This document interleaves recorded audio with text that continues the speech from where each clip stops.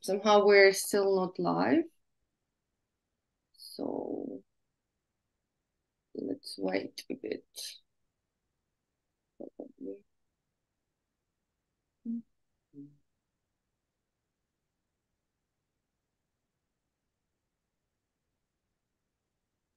2 minutes, please. It says it's a bit longer, but it's working, just needs some time. Трошки зачекаємо.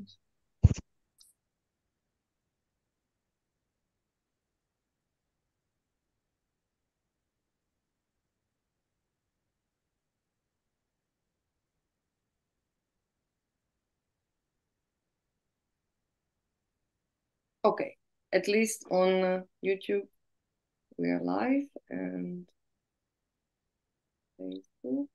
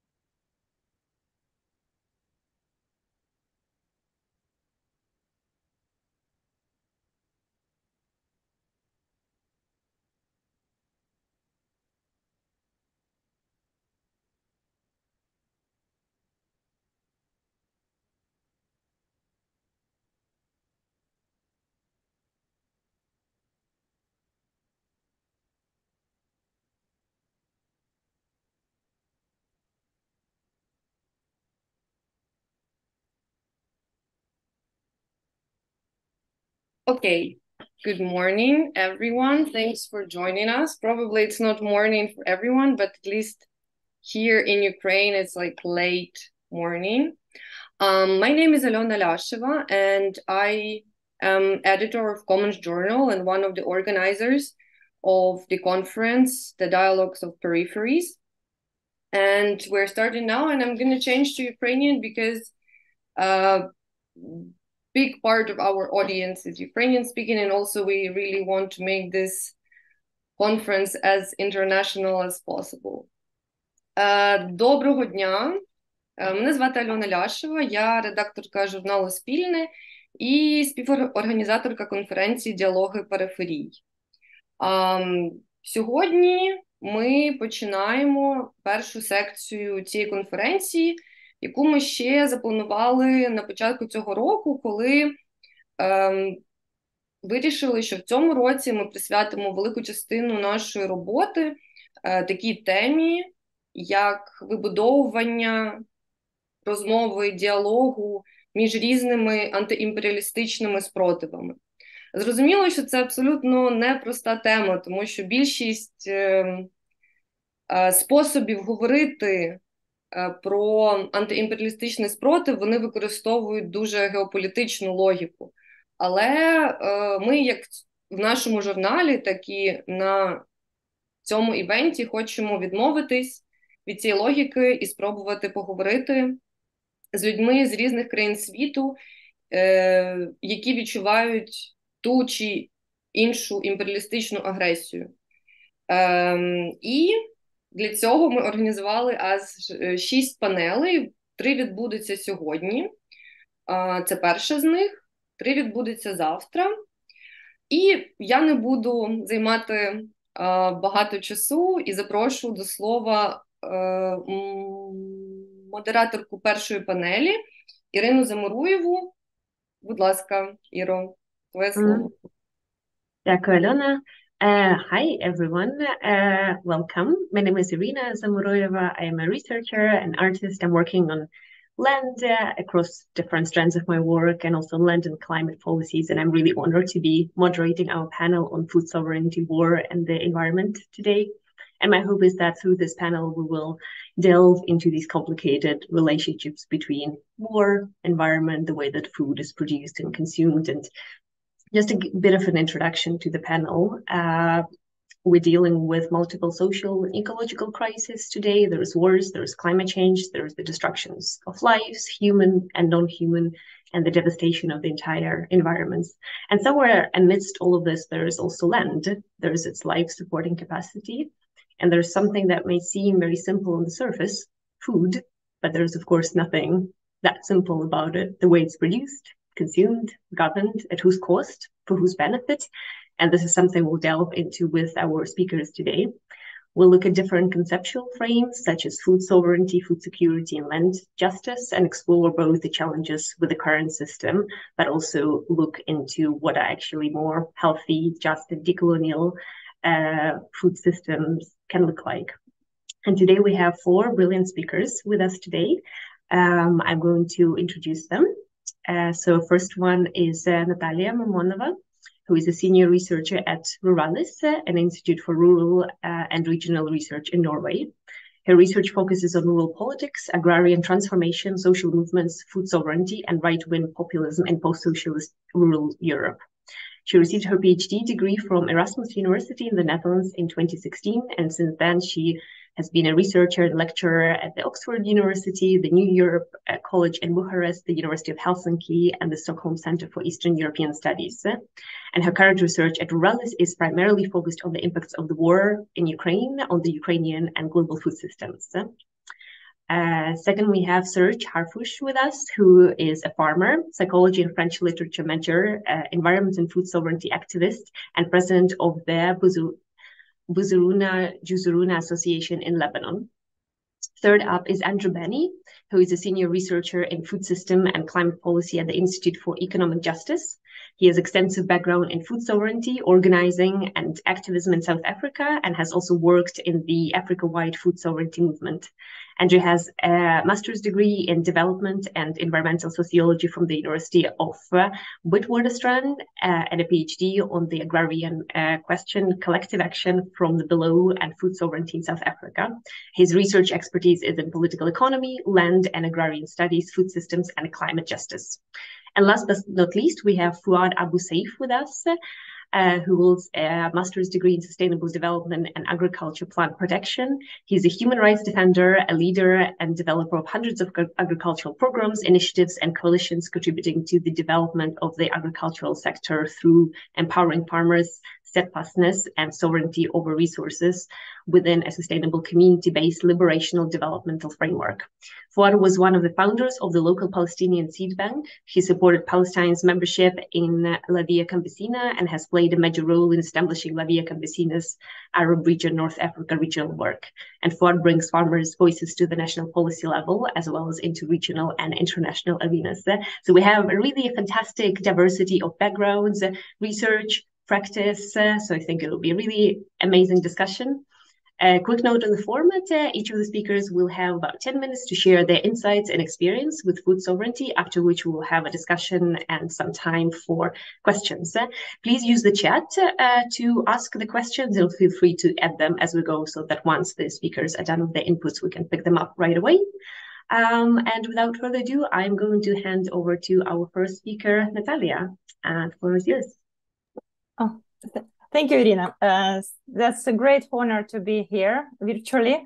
I hope one day we all meet in person. And so we talk today about our research on food sovereignty and our also activism on food sovereignty. And I'll start with saying that perhaps in Ukraine, the food sovereignty is a little bit different from what La Via Campesina defines.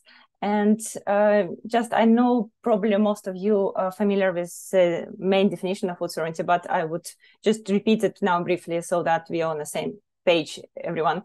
So according to the La Via Campesina definition, food sovereignty is the right of peoples to healthy and culturally appropriate food produced through ecologically sound and sustainable methods, and their right to define their own food system and agricultural system. And food sovereignty, it puts in, those who produce, distribute, and consume food at the center of food systems and politics, and not the demands of the markets and corporations. So in some ways, like anti-capitalist movement, anti-neoliberal capitalist movement, that put forward the peasant rights and the interest of smallholders and local networks, food networks. So these food sovereignty-like practices are quite common in Ukraine, although they're not called as such. There is a long-standing tradition of the food self-provision in Ukraine, and it practiced both by rural and by urban population. And talking about the rural population, there are about 5 million rural households called особисте селянське господарство that produce food for their personal consumption and eventual sales on local markets. And they actually produce, following this food sovereignty ideas, although they don't call it as such, and they produce it in an environmentally friendly way. They follow local customs and cultural traditions. They draw on local networks and reciprocity, and they're quite their production is quite substantial in terms of the scale, you know, according to the recent statistics, before the war statistics, and the rural households produced about 95% of potatoes, 85% of vegetables, 80% of fruits and berries, 75% of milk, and more than 35% of meat produced in country in total. However, their important role in domestic food security is often overlooked by the state, which prioritized their large-scale industrial export-oriented agriculture in its vision of agricultural development. But it's not only urban or rural dwellers, as I said, it's also urban people who grow their own food on dacha allotments and on their orchard gardens in suburban areas. And depending on the socioeconomic situation, this small-scale farming could be a safety net and then play an important role in family subsistence, or in the best of the times, it can be more the hobby farming or the source of healthy, self-grown food. So food self-provisioning has a long history and is widely practiced in the Ukrainian society. However, the major difference between the La Via Campesina version of food sovereignty and Ukrainian food sovereignty is that the Ukrainian one is not accompanied by rights discourse. As I said in the beginning of the definition, it's the rights of people. So it doesn't have this discourse on the rights, and it doesn't have social mobilization around this food matters. Ukrainian people don't talk about their food practices as their fundamental rights, and they don't engage in any social movement to defend this right and to defend their way of life. So it's just a part of their, everyday life, and it's not considered something special. And my colleagues and I call this type of food sovereignty as a quiet food sovereignty, or food sovereignty without a movement. And it's practiced not only in Ukraine, but it's also in other post-socialist societies of Eastern Europe and the former Soviet Union. And here the Soviet legacy or socialist legacy plays an important role in the absence of the discourse and mobilization around food practices. Because in Soviet times, household food production was considered as a backward or inefficient. It's rather a subsidiary to large-scale industrial agriculture, and unfortunately, it's continued to be seen as such, especially in state policies.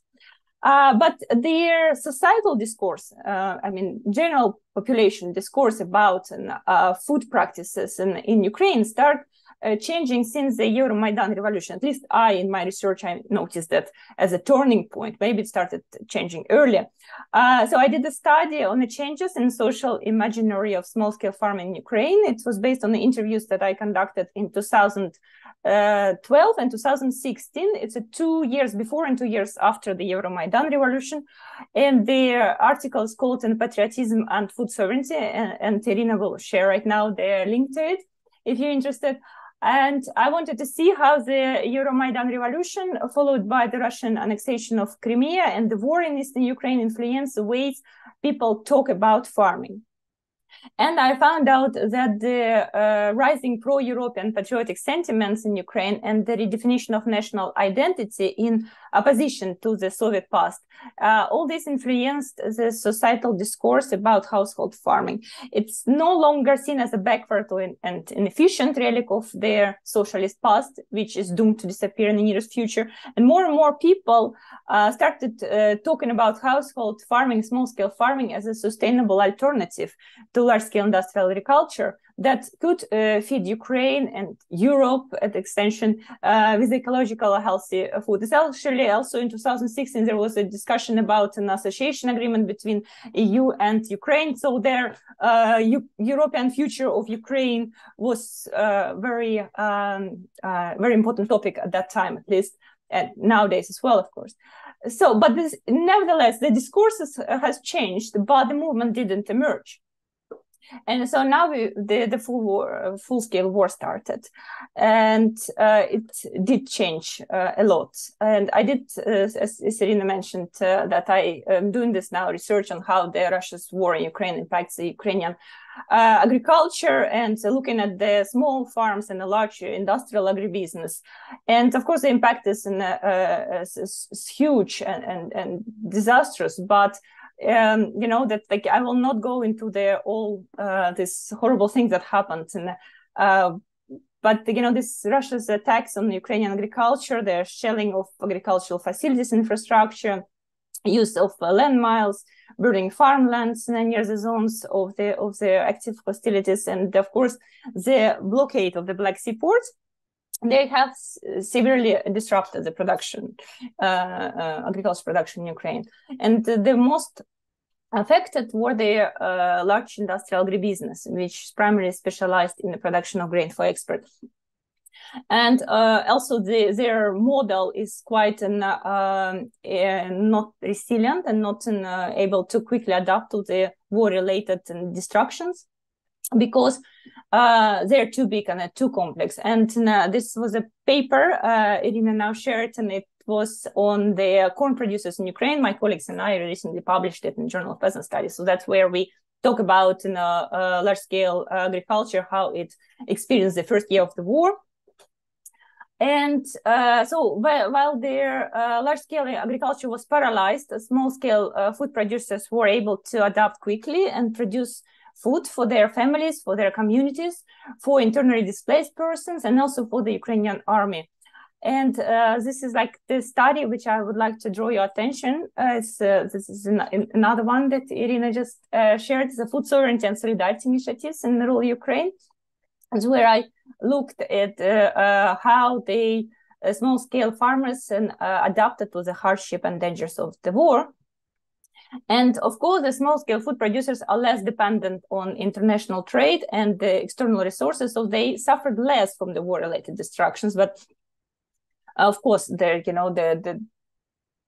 comparison with the large agribusiness, but nevertheless, of course, it's a lot of problems, and I will not go in details. I don't have time for that. But what I want to say here, it's not only the resilience and adaptation, which was important for me as a food sovereignty scholar, but also the massive wave of solidarity and collective action that emerged during the war in Ukraine. And people helped each other. They shared the fuel, they shared the seeds, they shared other farm inputs. This made them more resilient, and this is what made them being able to feed themselves and the country despite all that hardship. And solidarity went beyond that. So, for example, many family farmers in rural households, they host internally displaced persons.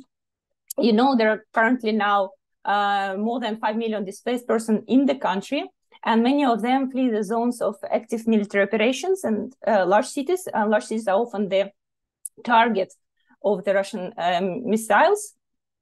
So people come to rural areas because it's safe there, and they often engage in subsistence farming and help local farmers with different kind of things. And also people in urban areas, they started growing more food to deal with the food shortages and the rising food prices.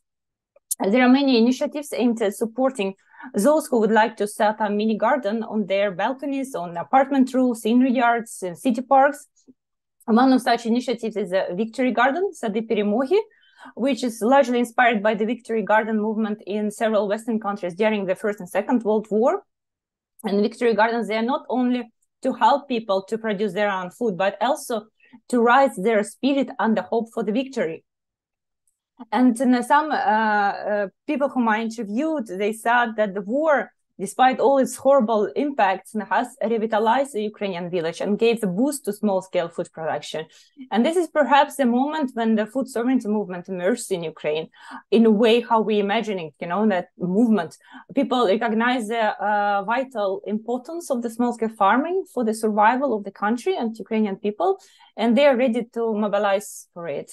And now, because Irina asked us also to finish with the biggest challenges, let me finish with the biggest challenge for food sovereignty in Ukraine these days. This research we've done with other group of my colleagues, and we studied Ukrainian agricultural policies during the war and the post-war recovery programs. As the report is not published yet, it will be published just in a few days on the 7th of November by Transnational Institute, so keep eyes open for that, and I think there will be a good report. The policies that we analyze, they are largely oriented at supporting and helping to recover the large-scale export-oriented agriculture in Ukraine. And so we don't really argue that, it's the wrong thing to do, and we're not against the export-oriented agriculture. But what we argue is that the more attention should be given to small-scale farming, because they are those who feed Ukrainian people during the war, and they will feed the country with healthy and culturally appropriate food after Ukraine wins the war. So there are those who are the future, but there's not enough support from the government comes to them. And the very, very last thing, just before I finish, sorry, I'm going a little bit beyond the time. It's a little announcement. The Ukrainian Academy of Science, the Association of Farmers and Private Landowners of Ukraine, and some other organizations that represent the interest of smallholders in Ukraine, they organized International Forum on Peasants' Rights in Ukraine, and it will take place on 12th of December this year in Kyiv and online. I don't have the link to the event yet, but if you're interested, I think there will be a very good event, and please send email to me and I will get you in touch with the organizers. Thank you.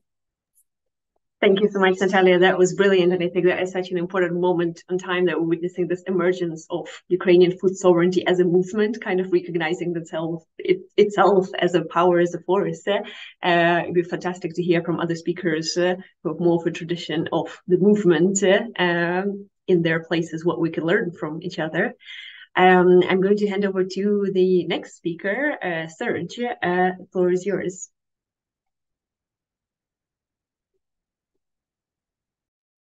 Thank you. I'm not sure the sounds works well. Works, we can hear you well.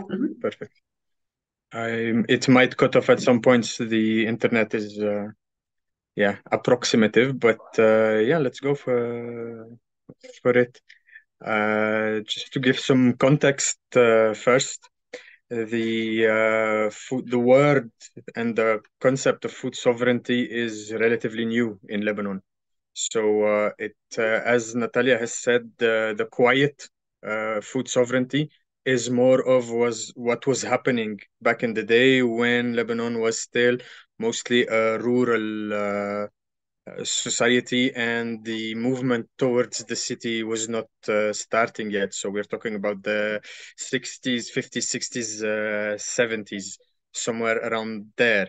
And at that point, there was this practice of everyone in the village producing their own food, being able to share the seeds and the production, etc. So the articulation of the production was very different from where we are now.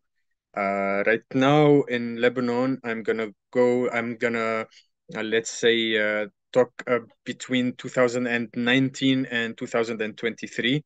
This is where the talk about food sovereignty has begun to go mainstream, and people started feeling the interest and the importance and the emergency of it. So there were two main factors that played into that. First, there was the 17th October 2019, the revolution, which had very mitigated results, but did start something in the sense that people were finally in the street talking to each other. And this is where the urgency and the priority started to emerge and be talked about. So this is the phase where people, common people, anyone, not people living in rural areas, people maybe from the city, from all kinds of class and trade, who were starting to feel the worry of food shortages, because at the same time as the revolution was underway, and then the counter revolution blasted down on us. Uh, the main problem was the shortage, was the accessibility of food. So we were not talking mostly sovereignty, but more security. And at the same time, there was the economic collapse that was on the way. So basically, Lebanon lost many times the value of its currency. So to give you an example, before 2019, a US dollar or €1 was around 1,500 Lebanese pounds. Now it's around 89,000 Lebanese pounds. So it's a deterioration that changed everything on the ground.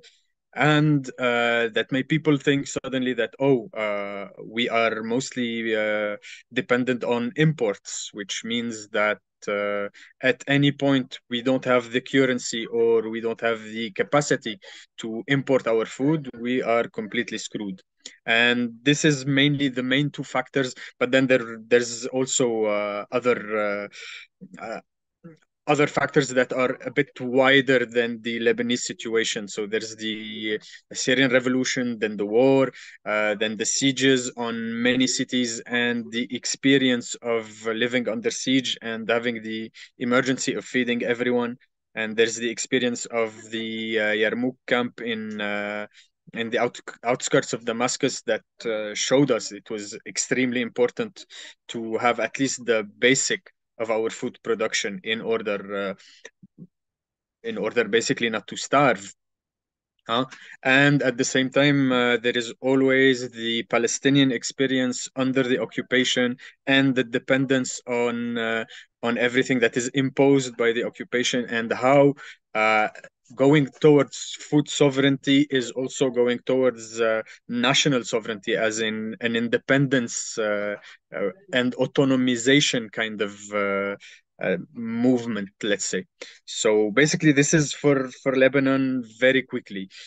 We import 90% of our food. We depend on Russia and Ukraine for the wheat, for example, and we produce maybe I can't remember the numbers correctly, but it is somewhere around 100,000 tons, and then we import around 600 to 700,000 tons. So the scales of production and ability to produce vis-a-vis imports are huge. And so we had this crisis around 2 summers ago, the bread crisis, and there was no more access to flour for making bread. And the problem in that case was not the price or the availability; it was the problem of monopoly. So basically, in Lebanon, we have this third factor as well, which is that the regime is basically some kind of hybrid oligarchy where a few people are in control of most of the sectors. So let's say energy is controlled by one or two people, one or two companies. Food import is another one, etc., etc.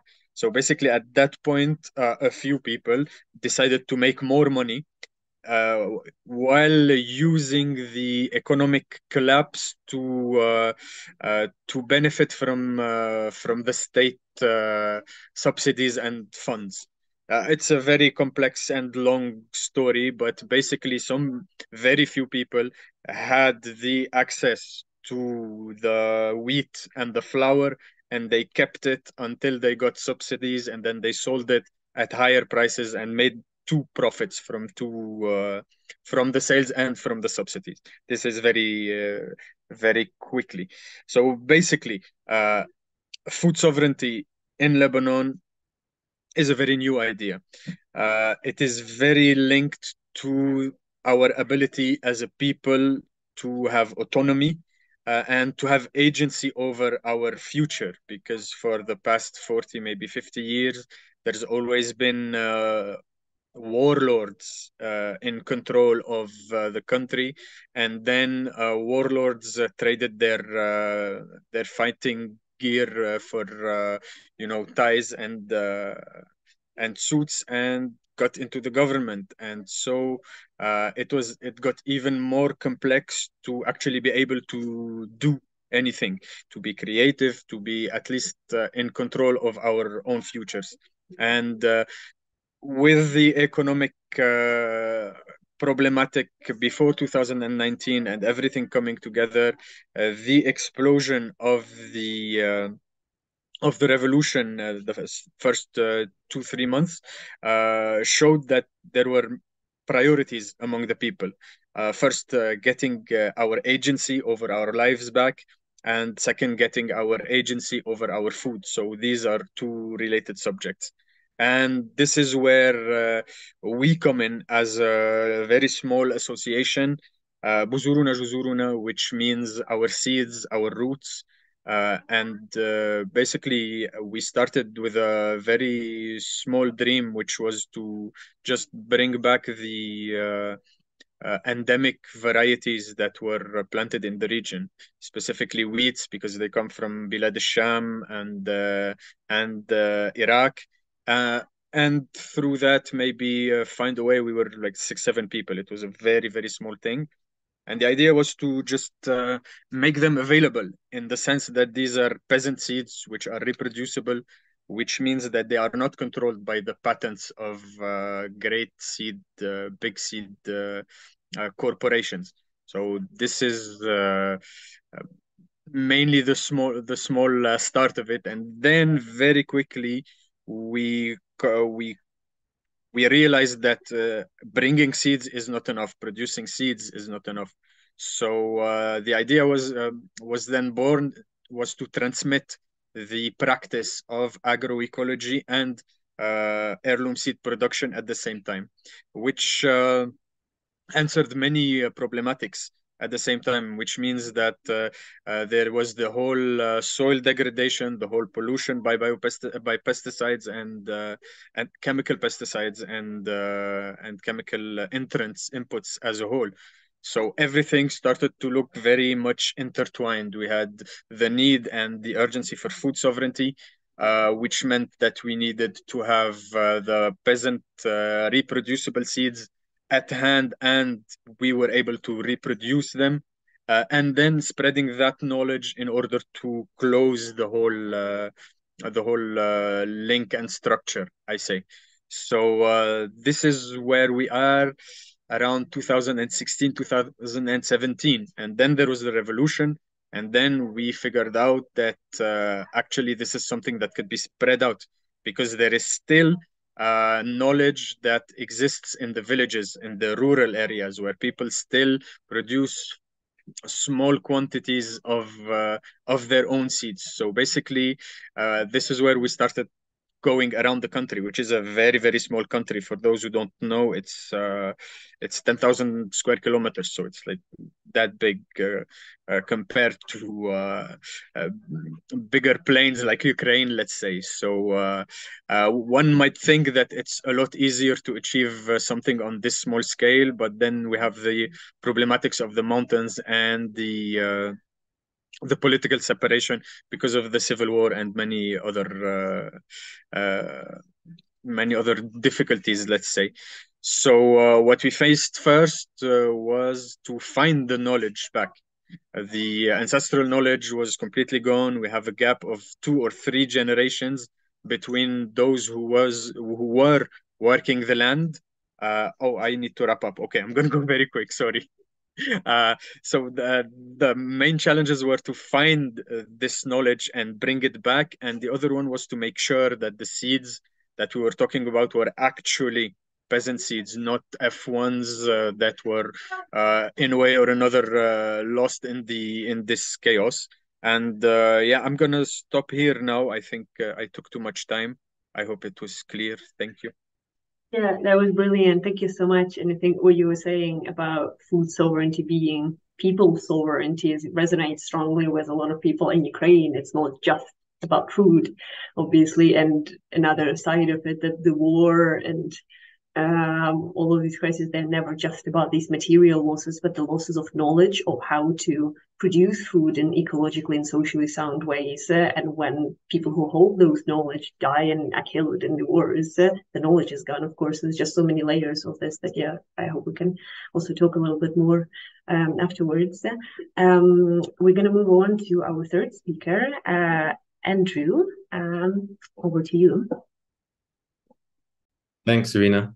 And thanks very much for this convening. It's a pleasure to be here with fellow panelists and audience and so on. And I think also important to be here speaking with and learning from comrades who are in or linked to the heart of anti-imperialist struggles at the moment in the war in Ukraine and the situation in Palestine.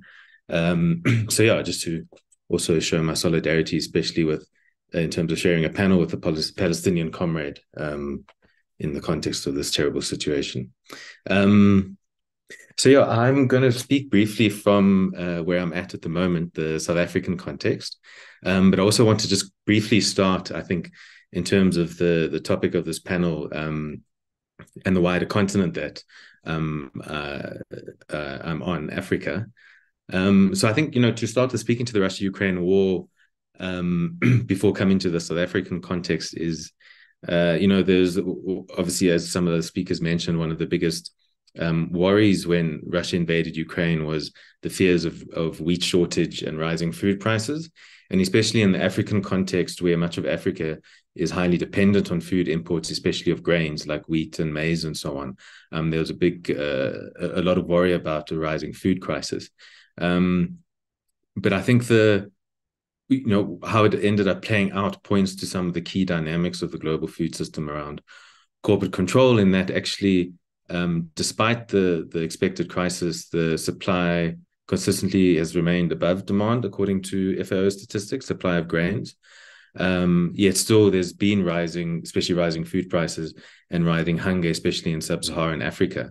And I think, it points to at the same time that the dynamics causing hunger today aren't just, for example, the Russia-Ukraine war, but the structure of the global food economy, but also how, for example, from my context, how African countries are positioned in that global structure and some of the contradictions of their food systems within their countries that exist and that underpin hunger even without the Russia-Ukraine war. So as I said, supply remained above demand during the Russia-Ukraine war, but the ABCD global grain traders, the four global grain traders that control 70% of the trade, their profits soared since the Russian invasion of Ukraine. And what that translated into, while those profits were soaring, is there was rising hunger in sub-Saharan Africa especially, but it spoke largely to constraints on where I mentioned that Africa is very dependent on importing food from the global economy. Much of Africa speaks to constraints on importing in Africa. So declining exports in Africa meant lower foreign exchange revenues for which to pay for food imports, monetary tightening in especially places like the US, and rising interest rates meant capital flight as capital sought higher interest rates in those economies, which then left less capital in Africa to import. And also the big issue at the moment, the debt servicing costs.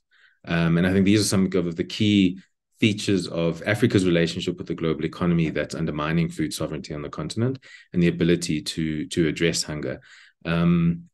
Just quickly also, but also I think it also speaks to some of the historical and structural limits that exist to self-sufficiency, which mean that still much of Africa has to import so much food.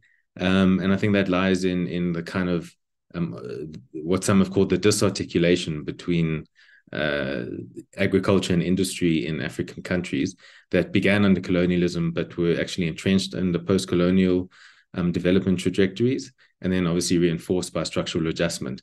And now we have this whole, because of this sort of low productivity, lack of development in African agriculture, it's used as an excuse for now marketized neoliberal agri-food development approaches. And these in themselves, research has shown, aren't addressing hunger.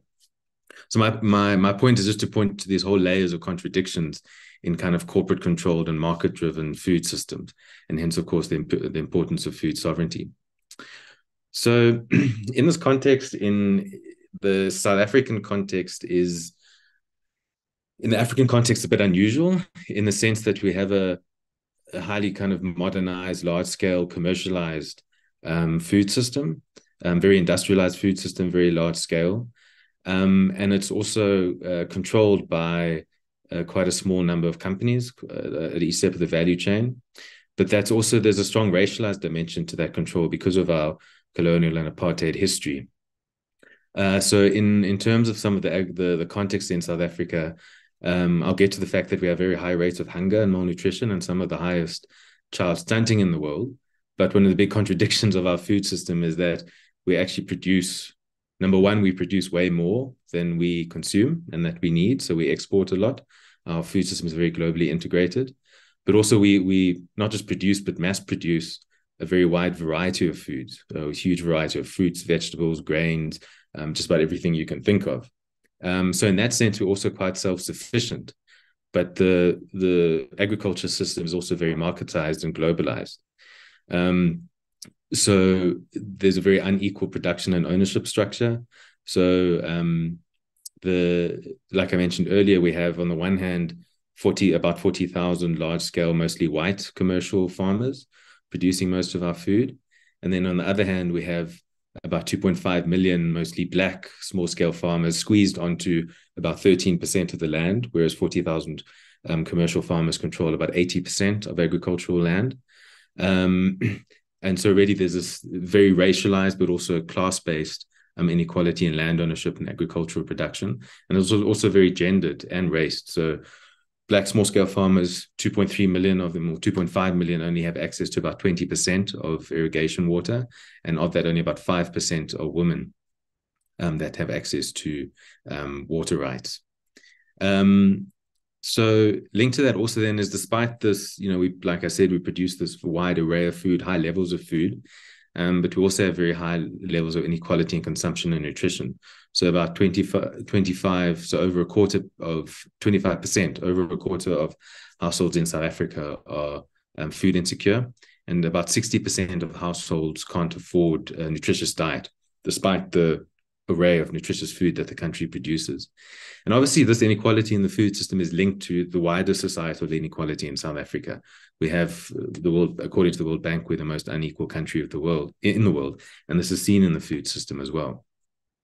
Something also that still continues to define the food system is, despite being very profitable, especially in the last few years, the agricultural sector has been growing and thriving, while other sectors of the economy have been stagnating.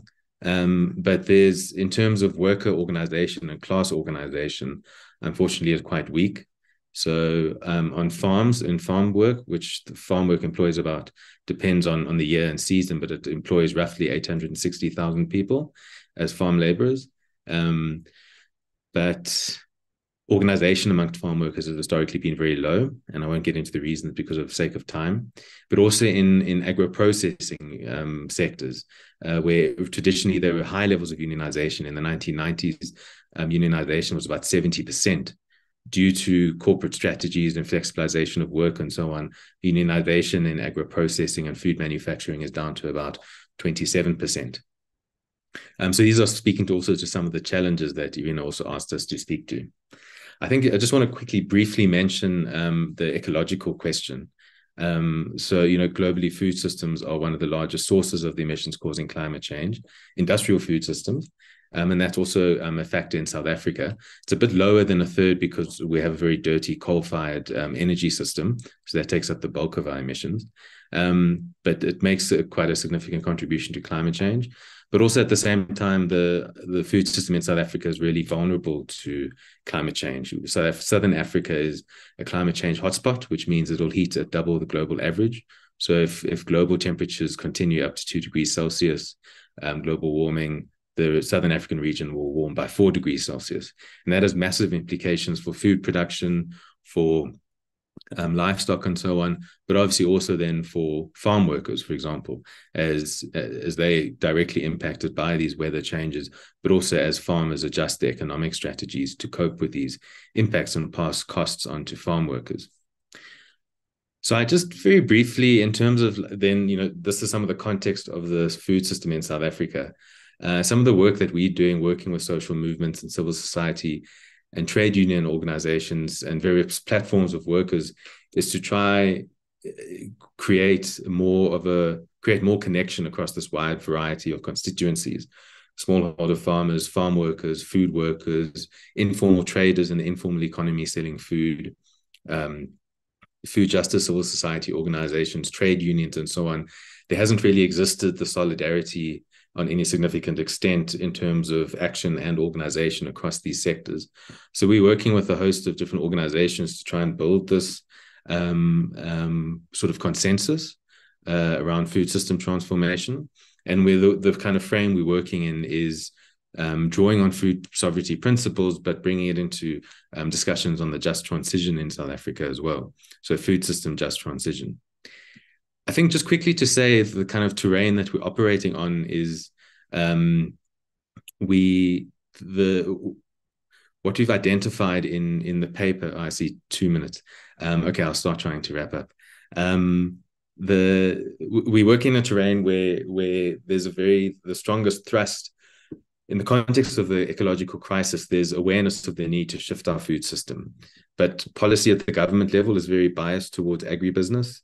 It's very market-centered.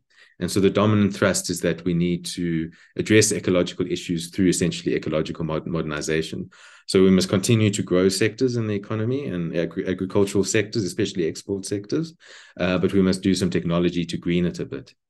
There are then different thrusts to green the food system more deeply, but they don't take into account social relations necessarily, like, for example, the labor relations on farms. There's then food justice and food sovereignty perspectives, but those are there's a lot of organizing happening, but in relation to the overall structure of the food system, those are quite marginal. So I'm rushing over here so that I think that paper that maybe Irina shared covers this terrain. So if you're interested in more, you can look there. But basically, we to develop like a common platform of action, we've been working on a process, like I say, with a set of other movements and organizations to develop a common just transition framework for the food system in South Africa. And again, I could speak to it, but I know we're running very short of time. But basically, it involves a participatory and deliberative process of agreeing on principles that for food system change that are common across these very different constituencies. So at the level of principles, that can be one aspect of building a shared agenda. And then also talking about deliberatively, okay, what does it mean in practice to achieve that principle across different constituencies? And then moving that on to the next level of then what are the demands that we work around in order to realize those indicators and those principles. I feel like there's a lot I haven't covered, but hopefully that's sufficient for the 10 minutes we had, and looking forward to further discussion. Brilliant. Yeah, thank you so much, Andrew. I think, you draw such important attention to a wider historical context of food sovereignty, the kind of all the hunger that we're talking about. It didn't just appear out of the blue, right? We need to learn to see it as the consequences of colonialism, of all of these processes, which often are depoliticized when the issues are framed just around reducing poverty or reducing hunger. Kind of that political dimension is missing. So it's really important that you bring that in. We're going to move to our final speaker today, Fuad. It's an honor to have you here. Over to you. Okay, hello everyone. Thank you very much actually for giving us the chance to talk in very critical moment at Palestine. You know what's going on in Palestine these days. I will try to give first brief about the situation because it's totally 100% linked to the subject of this conference. Then after that, we'll try to give you an somehow also details about what we mean by food sovereignty in Palestine and what exactly the food system that we are trying to apply to confront this occupation, which is like the whole context when it comes to food sovereignty. When you are under occupation, is totally different than any other countries when you have your own independency and access to your resources. Already, I think everyone is aware that Israel waging a genocide war against the Palestinians in Gaza and West Bank since now 29 days. And until now, and until this morning, they killed more than 9,300 Palestinians and more than 35,000 injured. And they all, 69 of them is women and children. And the airstrike is continuing like in 24 hours. And from the moment that we started this conference until now, as the Palestinian hospitals declared, it's just less than 1 hour, we lost 60 Palestinians. They already get killed. Most of them in the hospital. They attack again to another hospitals in Gaza.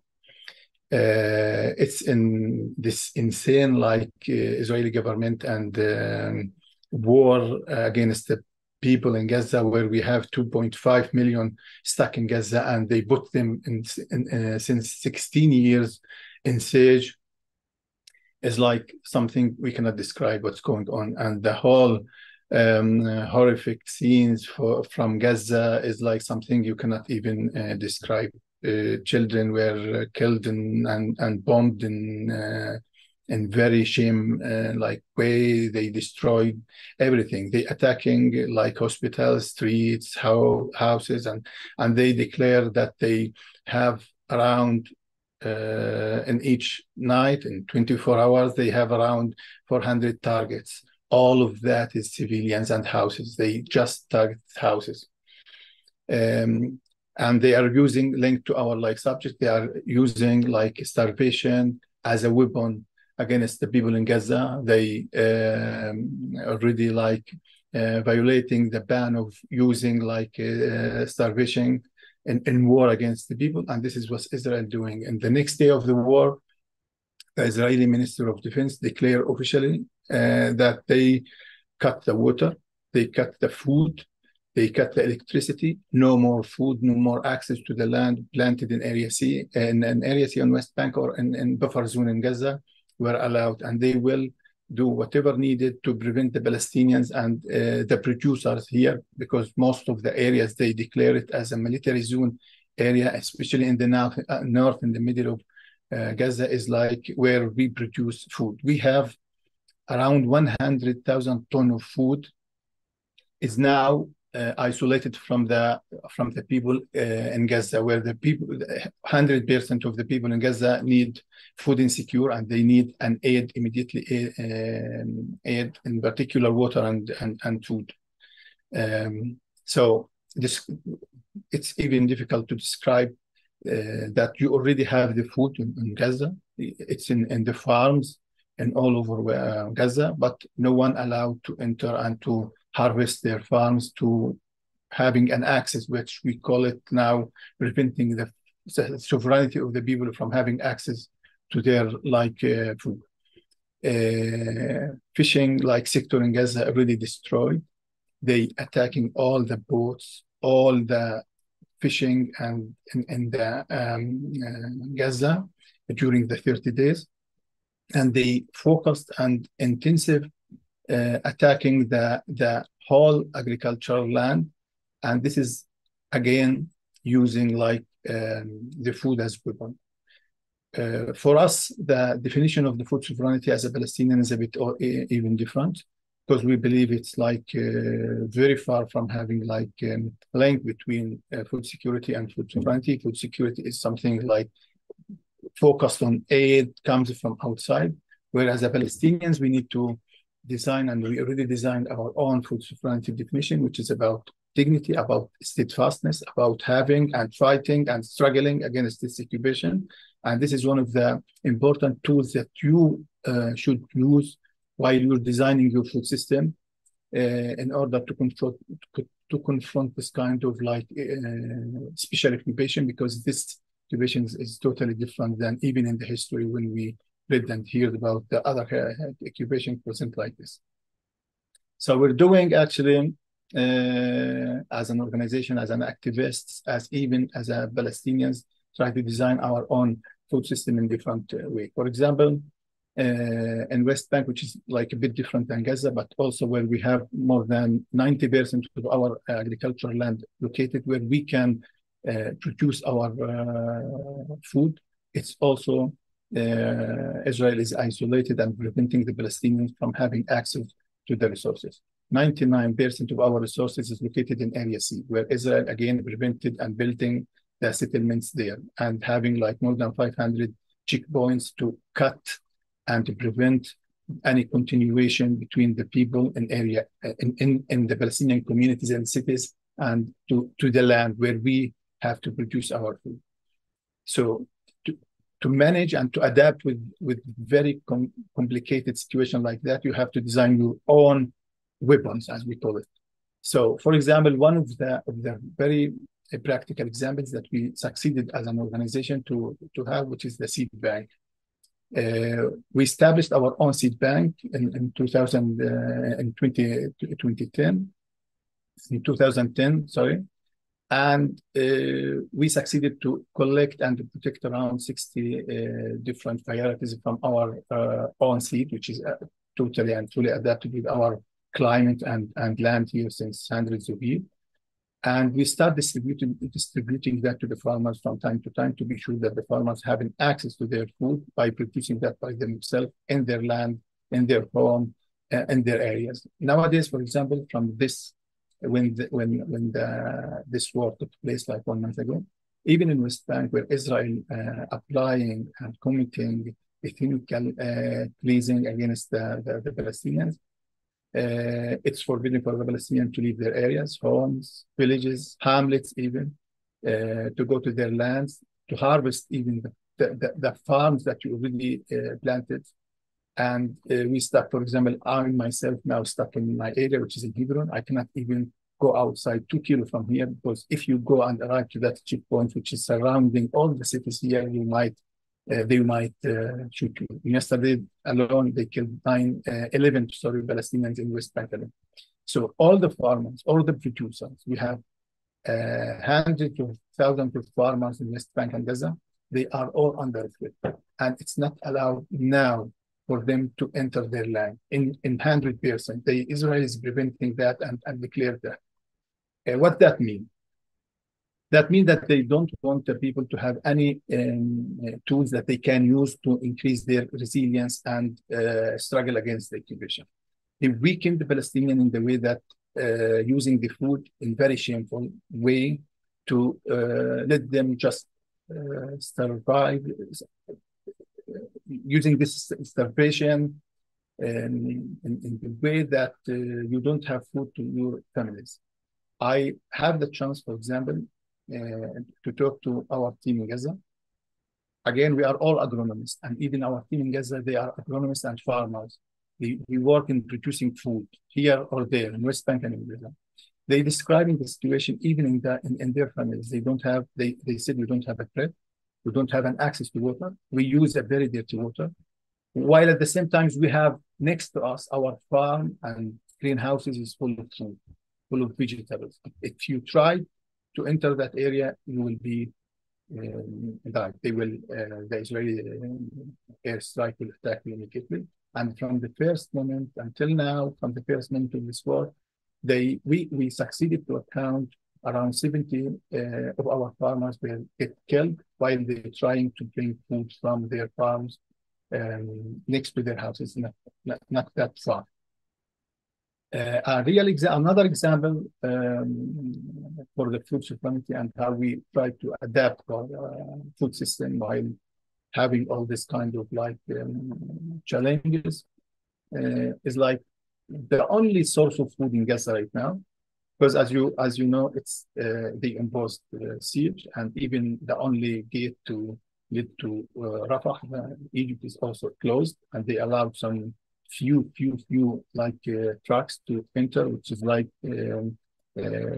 covering 1% from their need. The only source of food is like the food that the Palestinians planted next to their houses, which is, we call it the home garden. This is the only food they have, which is very limited, very few, not sufficient to cover the whole needed of the 2.5 million of the Palestinians, with all of them 100 years of things they need. So this is the only source, which means that, okay, under incubation, you have to design your own system, which is benefiting and using, as we always declare to the farmer when we give them like some instructions and extension, how we can adapt with this kind of like violation and incubation and even settlers in different areas.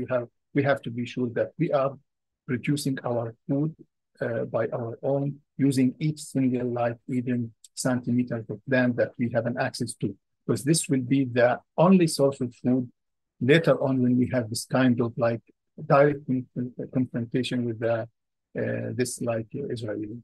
And this is what's going on in Gaza. Imagine that the only food that the people have right now is these like very limited lands that they planted before the war, and they are using the other even some things that you're not using, that you are not, you have the food here, but you cannot even have an access to that food. That being said, I think this is something you cannot describe as well. The challenges also, as you really requested, the other challenges is like, it's not just preventing, but also the confiscation of the land in Palestine is like going in very wider, and more than 63 of West Bank were already taken by the Israelis, and they did settlements and settlers is in everywhere here. And also we don't have an access to water. Israel took like 95% of our water. We have only access to less than 5% of the water, and you know, agricultural without water will be a mess.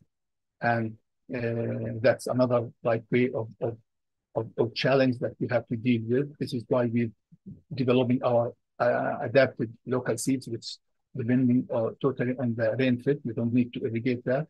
And we partially we succeeded to have and to develop around, as I said, 60% of 60 different varieties of different local seeds that really in the hand of the farmer.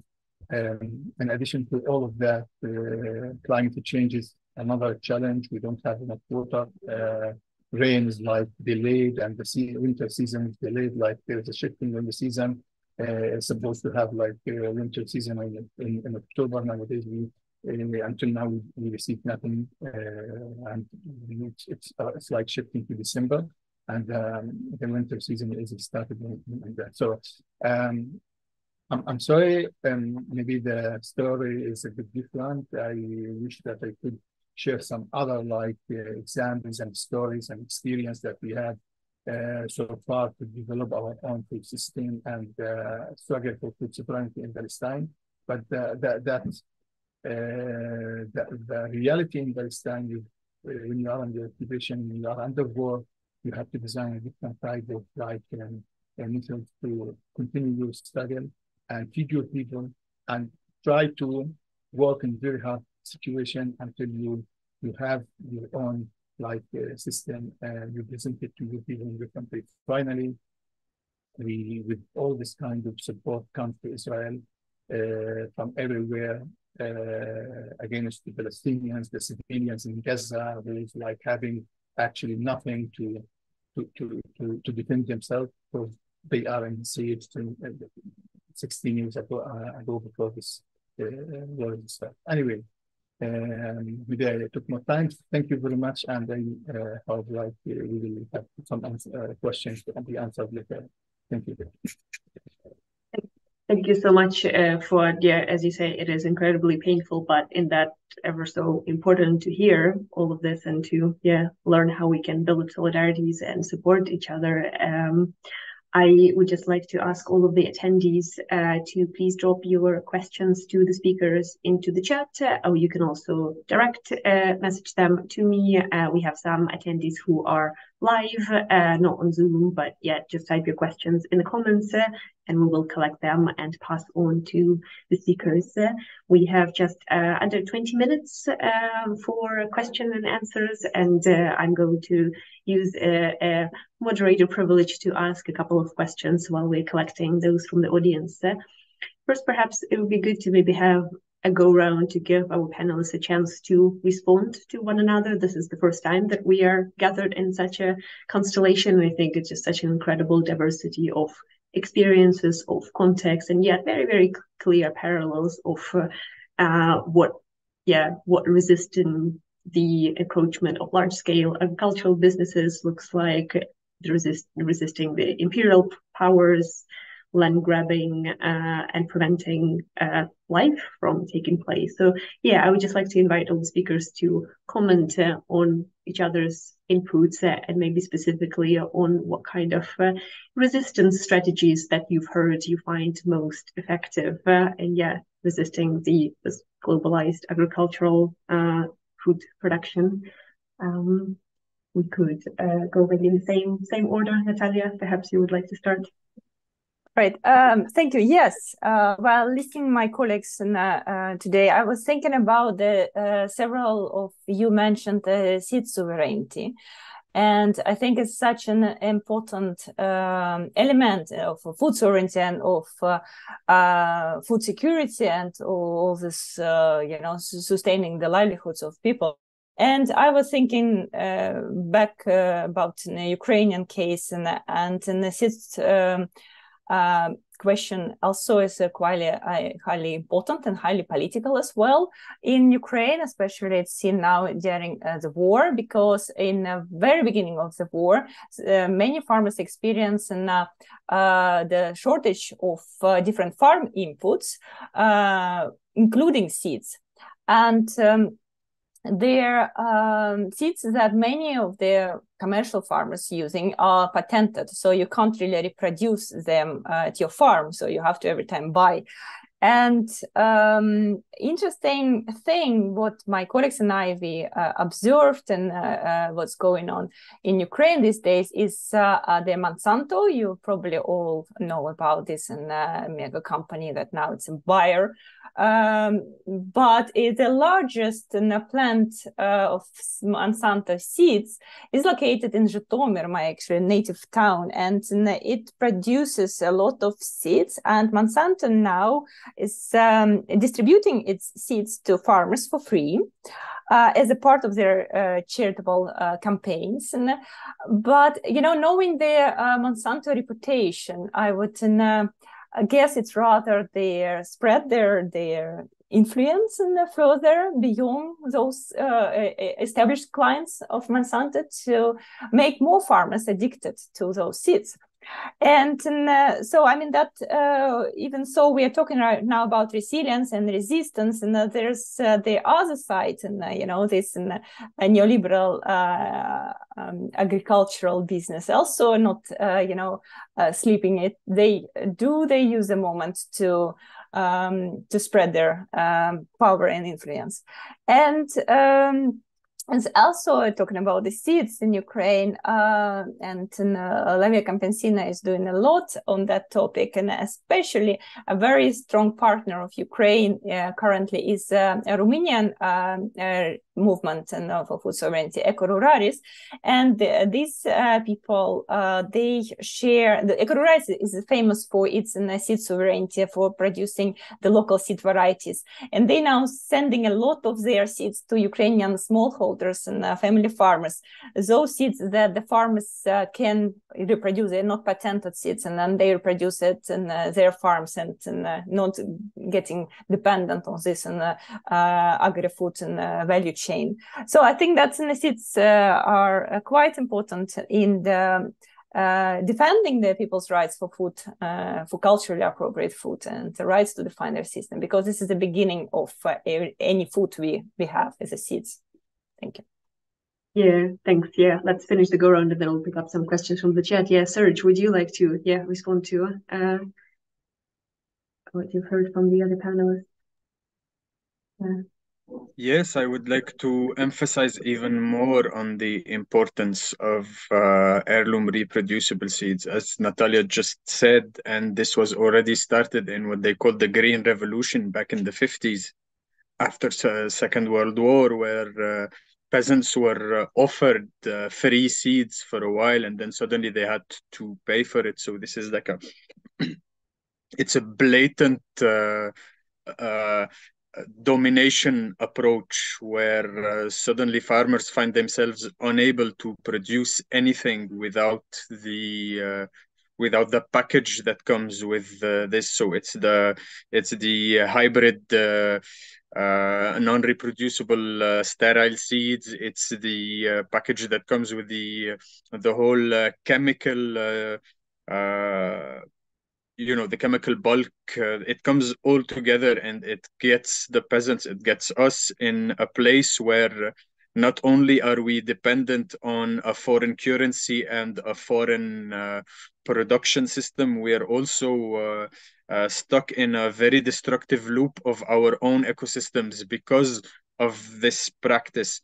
So there's these two things happening at the same time. We're losing our soil and our water sources, and then we also have to find the money to buy it. But the most terrifying thing is actually land grab, I believe, and the most terrifying example right now is Palestine, which Fuad just said that even the planted areas where there is actual production, there is no access to it. So this is something we really need to keep in mind, because at some point we get to the point where only a pot on the balcony is what's standing between a people and starvation. So this is honestly, I find it terrifying. I find that just the fact that you don't even have access to land or water is probably the most inhumane thing. But then on the positive side, just the fact of having a seed library, we stopped calling it bank because we have problems with, we hate banks in Lebanon. But anyways, let's call it a seed place, a seed house is probably the first step towards everything. After that, again, as I said before, I think access to knowledge and spreading the knowledge is one of the emergencies. Not to forget the actual realist emergencies of access to land and water. But yes, mainly this is it, and maybe because it's let's call it a professional deformation. Like I can see anything outside of the spectrum of seeds, but this is where it begins, and maybe the work of making Baal seeds, like seeds that only depend on rainwater, is honestly it's amazing. A lot of respect to you, Fuad, and to everyone, but it's right now it's a very emotional stage in where we are in our region, and this is the main thing that we need to focus on, just regaining this. Yeah, yeah. Thanks, seriously. Yeah, a good transition, Andrew, for you maybe to say a few words, because I know that you, think a lot about climate change and the impacts for also ecosystems and the environments, right? Because it's not only the people that are suffering from this, but all the living world and webs of life. So if you would want to respond to other panelists, offer a few comments, that would be great. Sure. Maybe I can pick up from where Serge ended off about reclaiming.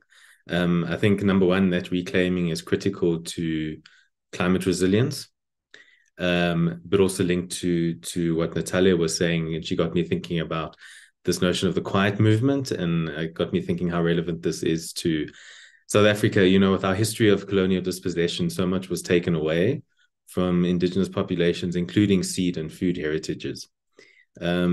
And today, the kind of our food system is corporate dominated, agribusiness dominated, and an added challenge is that they have a high level of social legitimacy in much of the public eye. You know, they're seen as these are the good people that feed us. You know, and so that's one of the challenges to confront in working towards food sovereignty in our food system is that legitimacy. But also at the same time, you know, so many people aren't served by that system, even though many people aspire to be. And there's a lot of work going on platforms and so on, inspired by food sovereignty and seed sovereignty visions that are in pockets reclaiming the seed heritage, reclaiming what was lost and trying to multiply, for example, through seed. A lot of them are called seed banks still here, so let me rather call them seed houses and so on. And so there's that reclaiming work that has to be done. And some are also framing it in terms of decolonization work, that our corporate food system is a colonial food system. And so these practices of reclaiming are critical to challenging the coloniality of the food system. But the challenge, I think, is, you know, when I'm listening especially to Fuad about the Palestinian situation, where how important it is to see our food sovereignty struggles as inseparable from wider class and political and national liberation struggles.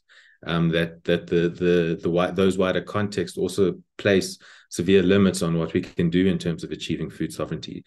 And so we must always sort of maintain that wider socially emancipatory lens, where it's critical that, you know, practices around seed, practices around agroecology are critical components of food sovereignty, but we must always be linking that to the deeper pursuit of social transformations and social changes. And I think what Natalia was saying about the moment of the Maidan moment and shifting from a quiet movement to a more sort of, as I understood it, a broader food sovereignty vision in Ukraine linked to the wider geopolitical and social context, I think illustrated that quite well. Yeah, thank you so much. I think, Fuad, it would be brilliant also to hear your responses to the speakers, and maybe also pick up on the question that we have in the chat from Patrick to expand a little bit more about the agricultural cooperative movement in Palestine. Okay, thank you again. And yes, I do agree with my colleagues about the naming of the seed bank. The bank, I don't like even using the word of bank because of the background of it, but we can call it whatever we want. Before I jump to the cooperative issue, because we have a very good progress in this topic, and I think seeds is like the core of the food sovereignty.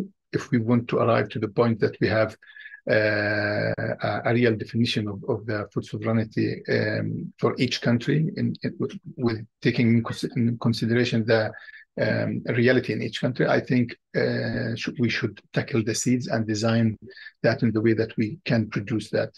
In 2003, I just give a quick example. In 2003, while we are doing a survey, we as a Palestinians NGOs in West Bank, we discovered that there is some companies, seeds companies, contacted the farmers at that time and tried to buy their own local seeds from individual farmers. You know, local seeds here is a heritage for the Palestinian as well. And it's like, to protect that, it was like in different traditional way used by the very old farmers here. And they contacted by different type of seed companies, all of them linked to the Israeli companies, to collect and buy and pay a huge amount of money to buy their local seeds. Then that was in purpose, because they know that we have 85% of our land in Palestine planted as grain-fed, which means that we only use the local seeds. It's just the only local adapted local seeds that can be planted and cultivated in our area.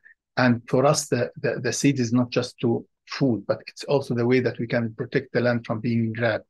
Because if you leave your land empty for 3 up to 5 years, Israel, according to their laws, have the right to take that land and turn it to be state lands. Again, grab the land in the country. Cooperatives issue, yeah, it's like we believe in collective approach in dealing with the challenges that we have in Palestine. And the cooperative approach is one of the approaches that we're applying here since maybe 80 years ago, even before the occupation. And after the occupation, it became a great of importance for the Palestinians to organize themselves in cooperatives. We have hundreds of cooperatives in West Bank and Gaza.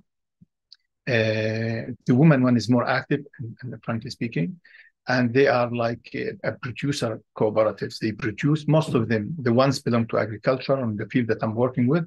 They are like a producer in different aspects and different sectors. They try to produce according to the area. Some of them they're producing food, vegetables. Some of them they're producing like they are herders producing some animals like production, etc. This is how we succeeded also to deal and to use the limited resources that we have as a Palestinians in very efficient way. Because collective approach, when we apply it in cooperatives, I think this is supporting and helping in arriving to the points that you don't need to deal individually with hundreds of farmers, but you do that collectively. And if we add to that closure and different checkpoints, and to benefit as much as you can and to target the whole farmer in one village, you have to do that collectively through these cooperatives, where they, in systematic way, they organize the whole agricultural sector through these cooperatives. Thank you. Yeah, thank you, Fahd. We only have about 5 minutes left, and I would still like to invite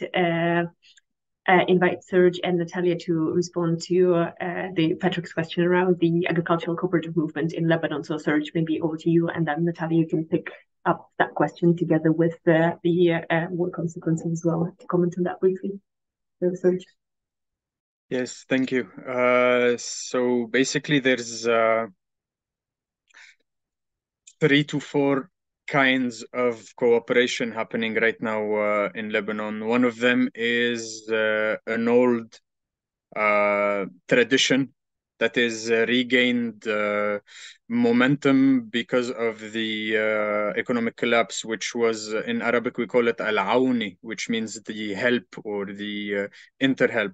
So this is very informal, and it happens within villages and within different villages, where people just come around when there's the season and help each other out with the production or the harvest or etc. So this is still small scale. It's not like it was in the 60s when there was a bigger rural tradition, but it's regaining now, especially with the young people who live in the city and who realize that there is a need for helping out, and they have the luxury of time. So this is one part. Now, there's also another part, which is born from the revolution from 2019, which means many small collectives all around the country started connecting with each other and trying to set up a little bit of a larger scale micro economy. So it is more of a trade which is based on the, let's call it the responsibility of the consumer. So basically it's people who are looking for decent, fairly produced products, and they themselves take the initiative of going to producers and asking for specific stuff and providing space for those producers to sell their products. And then there's stuff that mostly NGOs are doing, which is trying to set up local, also kind of small scale economies, but it's not as much cooperative as it is mainly funded in order to be set up as infrastructures. And then there's the work that we and our comrades on the ground are doing, which is the seed production cooperative from one side, the agroecology coalition on the other side, and then there's many other organization governance types, like the what's the word, when workers the union. There's many unions that were dismantled or hijacked by the regime back in the 80s that are being reborn or retaken now. Then there are the unions that already exist and are completely controlled by the regime, and there's unions that are coming against these, like the theater workers, the agricultural workers unions, and that kind of model. So there's many things happening. Mostly the difficulty was to talk to each other, and this has been only happening for the past 3 years, which is not much, but it's already starting. And then there is the rest of the reviving and the reclaiming of what we already had in informal systems, and how to articulate them with the modern ways of communicating and working, and the modern ways of governance. So very quickly, this is most of the landscape of what there is in Lebanon right now. Yeah, fantastic. Yeah, thank you, Natalia.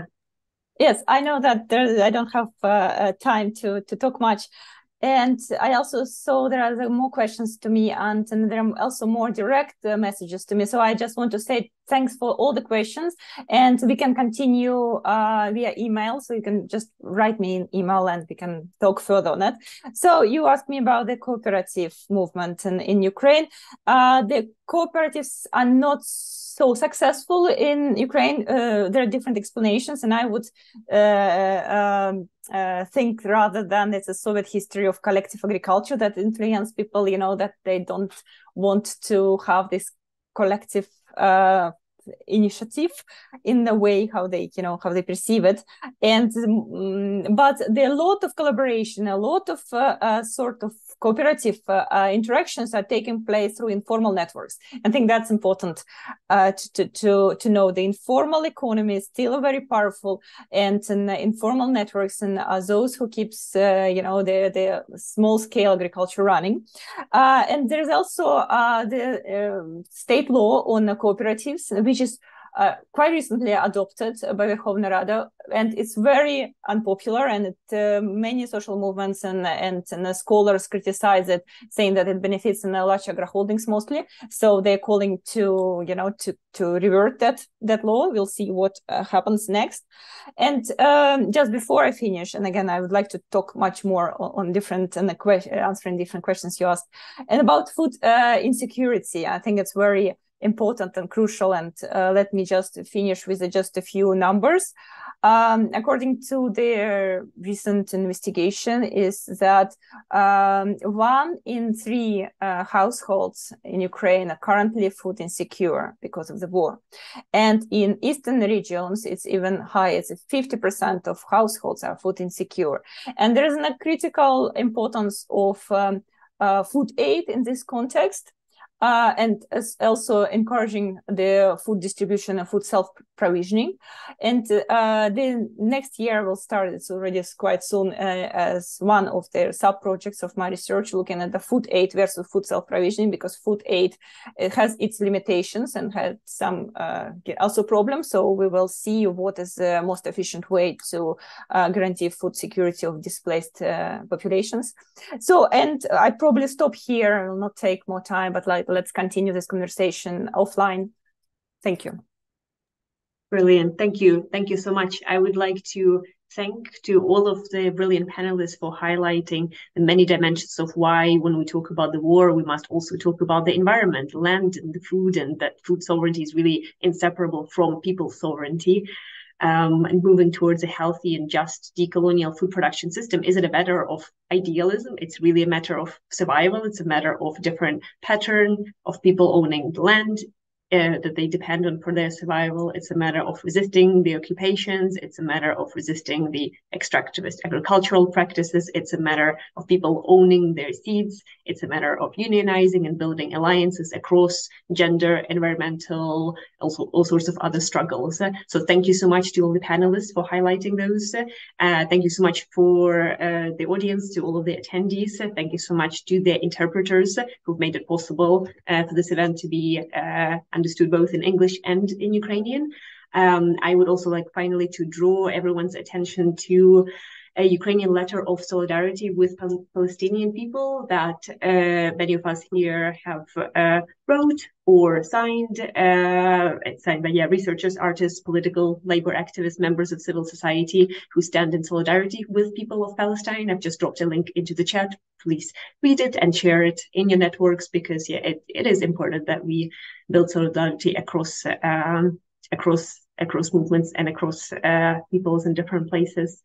Our next panel will be this afternoon at 3 o'clock Kyiv time, and it will be on international insecurity, building solidarity in a rupturing world. So if you signed up for that one, please attend that one. If not, there's still time to register and receive a link.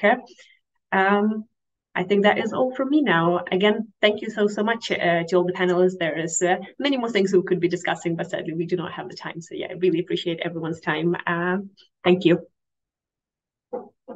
Thank you. Thank you very much, and thanks all the other panelists for getting to engage. Thank you. Thank you.